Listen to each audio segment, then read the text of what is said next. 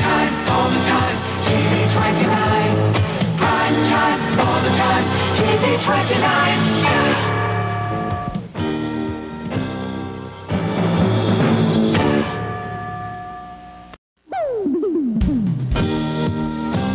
We hope you've enjoyed I Never Sang for My Father.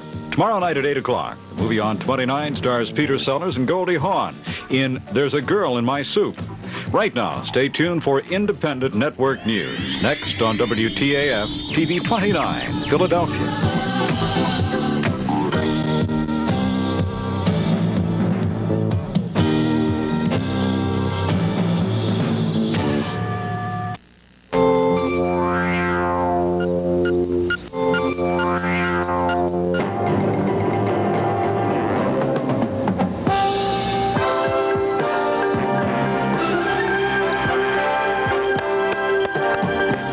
Independent Network News brought to you by General Foods Grape Nuts.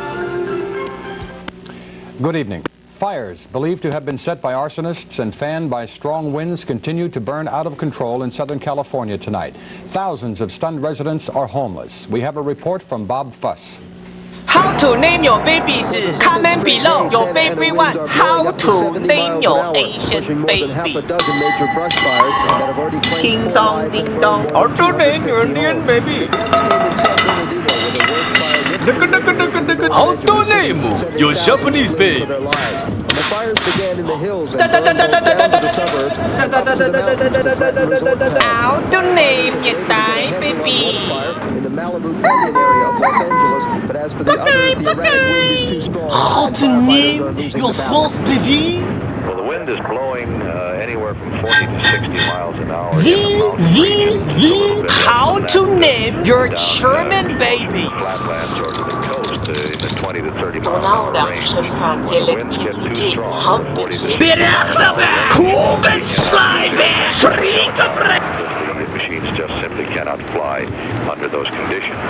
I went home and I only had enough time to take my important papers out. And then I wanted to go back and get some clothes, but it was too late.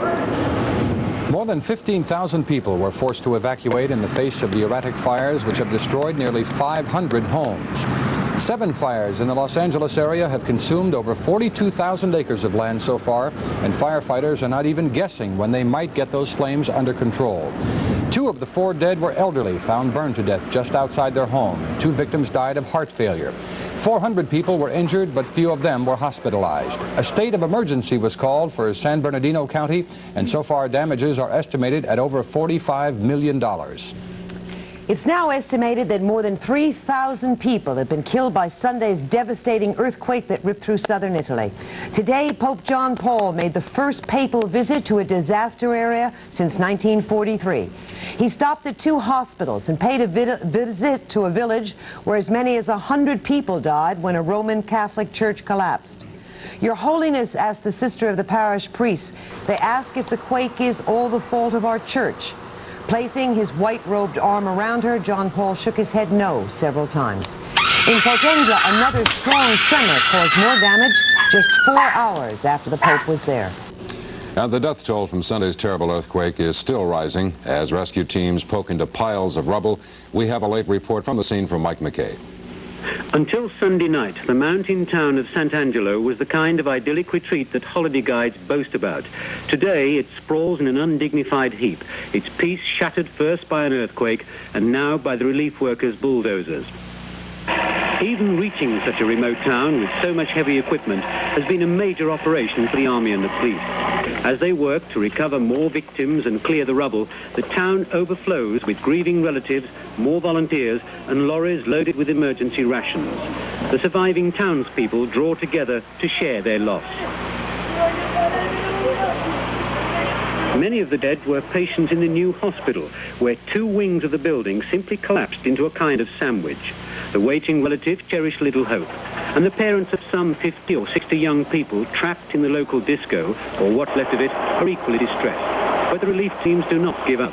Today, they heard the voice of a young woman calling to them from the dead.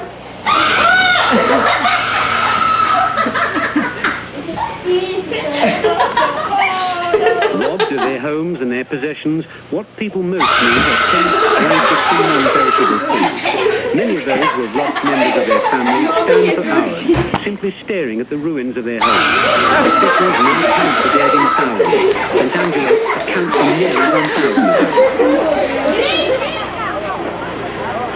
Those who should not hope of finding relatives alive busy themselves searching for a garment by which to remember a lost son or daughter.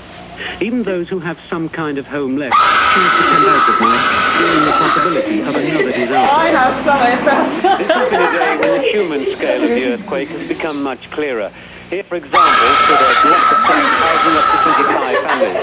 Already today, nearly 100 dead have been brought out, and it's evident that the rescuers still have a long way to go before their work is finished. Still to come, Ronald Reagan planning to end energy price controls, while the latest inflation report shows all prices except energy soaring. Also coming, a report that Triton's submarine program is over budget and behind schedule, while the long-delayed space shuttle finally